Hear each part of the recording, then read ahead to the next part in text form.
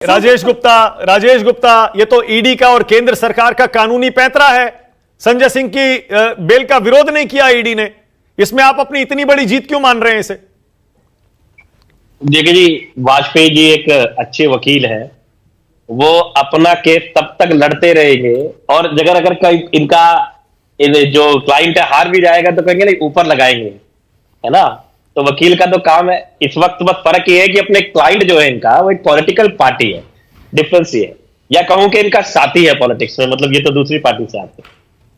आज अभी आपने क्योंकि अपनी रिपोर्ट में सब कुछ बता ही दिया, मुझे बताने की जरूरत थोड़ी कम कर दी आपने कि किस तरीके से जस्टिस खन्ना ने सीधे सीधे पूछ लिया कि भाई बताइए कि बेल दे दे, तो उसके बाद में एक लाइन में और जोड़ देता हूं। एसजी राजू ने कहा कि हमें गुरुवार तक का टाइम चाहिए, इन्होंने ऐसे नहीं मान लिया। तो उसके बाद में जस्टिस खन्ना ने कहा कि नहीं, आप हमें 2 बजे तक बताइए, अदरवाइज हम सेक्शन 45 के बारे में विचार करेंगे।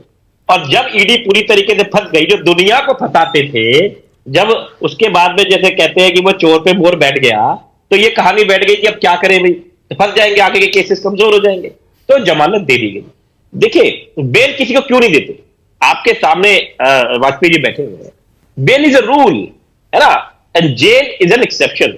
अगर कोई आदमी भागने की कगार पे हो कि देश छोड़ के भाग जाएगा, नहीं, पर वो पीएमएलए में ऐसा नहीं है ना राजेश भाई, पीएमएलए में ऐसा नहीं है, आपको पता है, यहां तो उल्टा है। मैं आ रहा हूं, मैं उसी बात पे आ रहा हूं।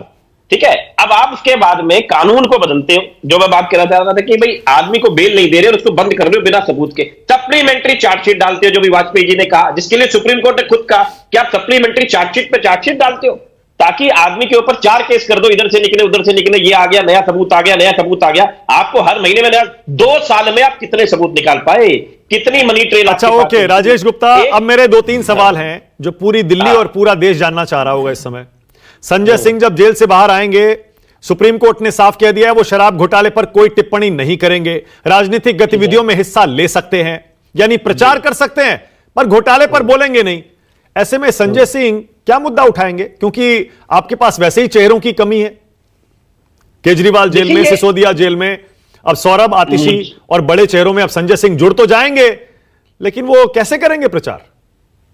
मानक भाई, ऐसा नहीं है कि चेहरों की कमी है, लेकिन जब कोई बहुत बड़ा चेहरा होता है, जब सचिन तेंदुलकर खेलते थे तो राहुल द्रविड़ और गांगुली थोड़े कम नजर आते थे, है ना। तो ऐसा नहीं है कि राहुल और द्रविड़ और कुंबले का कोई क्रिकेट की टीम में कोई योगदान नहीं था। It's a team game. Captain is Arvind Kejriwal, no doubt about it. Captain तो अरविंद केजरीवाल है, लेकिन अरविंद केजरीवाल जी के अंदर जाने के बाद भी बीजेपी को जो लग रहा था टीम टूट जाएगी, ये पार्टी टूट जाएगी, देखिए आगे आगे अभी गोपाल राय जी हैं, संजय सिंह जी हैं। संजय सिंह जी हमारे बहुत बड़े नेता हैं।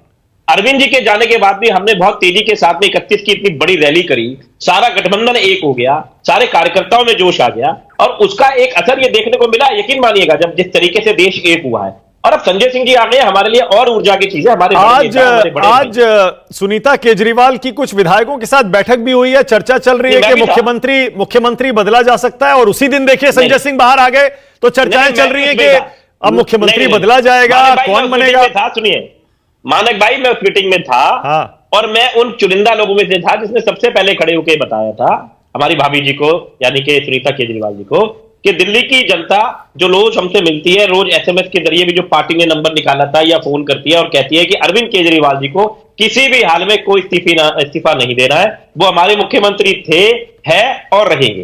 भाभी जी सिर्फ एक मैसेंजर का काम कर रही है कि जेल से कोई बात आती है तो हमें बता रही है, हमारी बातें हमने भी कहा कि आप वहां पे जाके बताइए, बिल्कुल कोई टेंशन नहीं। लेकिन एक बात बताइए ना, आज आतिशी ने जो प्रेस कॉन्फ्रेंस की उसमें उन्होंने कहा कि उनके रिश्तेदार के जरिए उनको बीजेपी से ऑफर आया है। अब ऐसे में जब आपको पार्टी को तोड़ने की कोशिश की जा रही है, सुनीता केजरीवाल संभाल लेंगी क्या, बताइए? अरे मानक जी, ऐसे रोज आते हैं। अच्छा एक बात बताओ, आप इतने अच्छे, आप देखने में भी अच्छे हो, बोलने में भी अच्छे हो, आप रोज न्यूज 24 वाले बाकी लोग आए, दूसरी न्यूज 18 से कोई उठ के आ गया, आर बरस से आ गया, आ जाओ, आप थोड़ी जाओगे अगर आपके यहाँ पे अच्छे रिलेशन है। रिलेशन खराब हो तभी तो जाएंगे।